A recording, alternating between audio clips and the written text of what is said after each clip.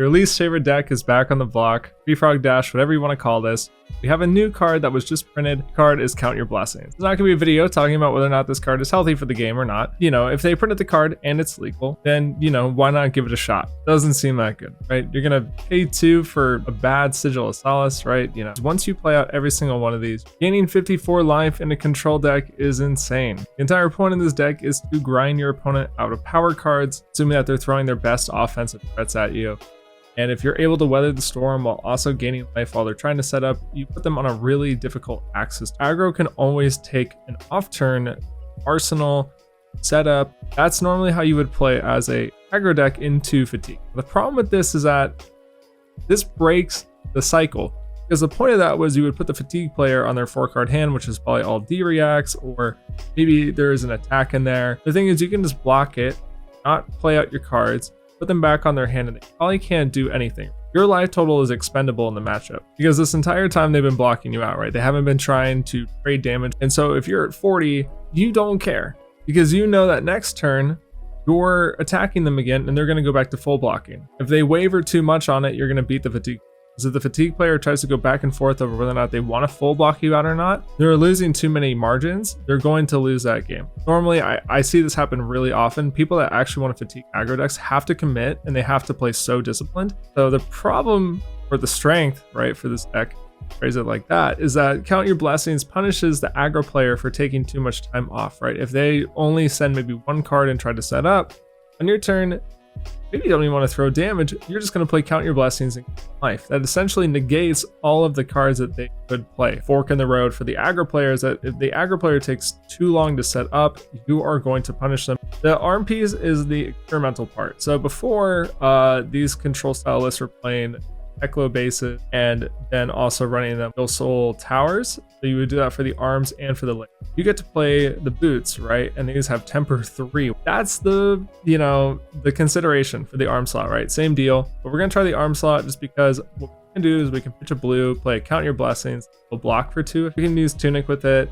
So we're gonna try it out for a little bit, right? And see how we feel. If it's not really working, we're just gonna go back. And then the rest of this deck is boring as hell, but these are all generics. You are playing your block 3 blue generic. We have some good tech pieces here. Ripple Away is good into Assassin, any of the heavy hitters, right? Like any of those heroes, but typically you want this for Assassin or for Thalia. Sift can just help you find your Count Your Blessings if you're going first or something like that. A pistol item, whatever.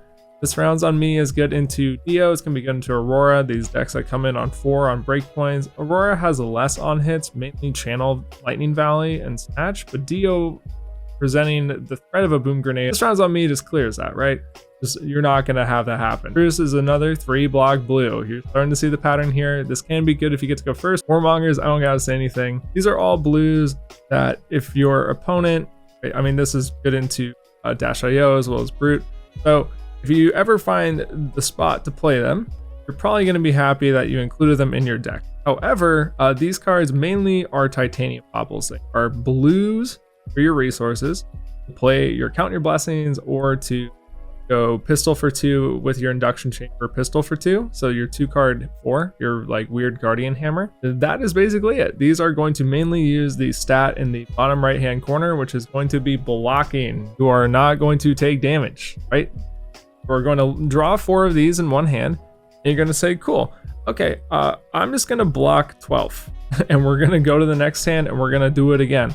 And you're going to try to efficiently block, right? You're going to make very smart blocking decisions. People don't understand how hard Fatigue decks are, right? Specifically these like controlling style lists. I always say that there are counter spells in Fab. It's called the bottom right hand stat on your card, right? If your opponent plays something that has an effect when it hits, like, you know, if you block out a Dio's turn with Boom Grenades, Aurora with Channel Lightning Valley, and Snatch on the table, their cards don't really function how you want to, right? Boom Grenade doesn't actually do anything. It's an invisible, like you counter the card. It's like a counter spell. You play it in front, their Snatch doesn't work anymore. Sure, it attacks you for 4, but the actual effect that they want from it, you're denying that, right? Controls the state of the game by blocking, right? When you block correctly, you drastically slow the game down and you put the game in your favor. When you block poorly, you're going to lose the game. Same way that if you counter the wrong spell playing Magic, there are good control players and there are bad control players. And you can tell based on their threat assessment of what they decide to answer on the table. So that's going to be your job when playing this deck, is knowing when to answer something on the table and when to present a different question. The rest of this deck is pretty standard. E-Strike is in here in case our opponent puts us on a hand that we need to convert. And when we go into our sideboard, pretty standard stuff, right? We got AV3, we have Balance, we have Oasis. So this can come into a few matchups, right? We're on Tunic, really nice. This means we don't always have to play this only against Wizards, right? We can play Oasis against Dash.io. We can target your pistol. We can play this in the mirror, same deal. Even more, you can play it, and then with the 2 floating, you can play Count Your Blessings. If a Race Face or Dio, pistol items are going to grind out every single slow deck in the game. We have covered Hybrid Dash on the channel before, and that deck is kind of okay at this game. And I will tell you right now, if you are playing against a slow control deck like Count Your Blessings, Fatigue Florian, even just normal mid-range Florian, Verdance, whatever, who cares, Victor, you are going to roll them so hard with this deck. Just like in the Hybrid Dash list, once you get all these pistol items online, you are presenting the strongest weapon in Flesh and Blood, which is going to be pitching 9 resources, 16 every single turn. And so any deck that can't race you to get to that end game, 4-card 19 cycle with all blues, no deck is going to be able to keep up with that. So this deck is historically preyed on fatigue style lists, lower mid-range metas. This will absolutely prey on the Earth Heroes, it'll prey on Victors, all this good stuff. So that's when you're going to bring these in. Poison the Well is if you're playing into another deck that you think might be on Count Your Blessings, pop out your Hold the Lines for them. And then for our maybe board, we have a couple considerations. We end up expecting more Azalea and more Guardian. Unmovables just make this matchup so good for you. This deck will operate fine into Guardian, but if you have a movable, this will absolutely blow them out. They will not get to play the game. Or they'll have the illusion of playing the game for about 20 minutes or so until your entire engine is online. But the Earth Heroes Plow Hunter is really good into movable. Eventually you'll get to redraw it again in second cycle, so not that bad. But you know, that is a liability, right? And then we have Dissolution Sphere. This is specifically for Viserai. You don't want to play this on any other hero, basically. Dissolution Sphere only works if you prevent exactly 1. So if your opponent sends 4, you're going to take 4, this card out. It sucks. Really bad. And to be honest, like, it's mainly just in here so I can just tell you not to play the card. If Viserai is popular, this is the one matchup that's actually good tech into. You will actually get the value out of this, right? Like maybe you'll get like 6 or something. Even saying it out loud again, no, this card sucks. But I'll leave it in the maybe board so that you all can discuss it. Hopefully it's kind of fun.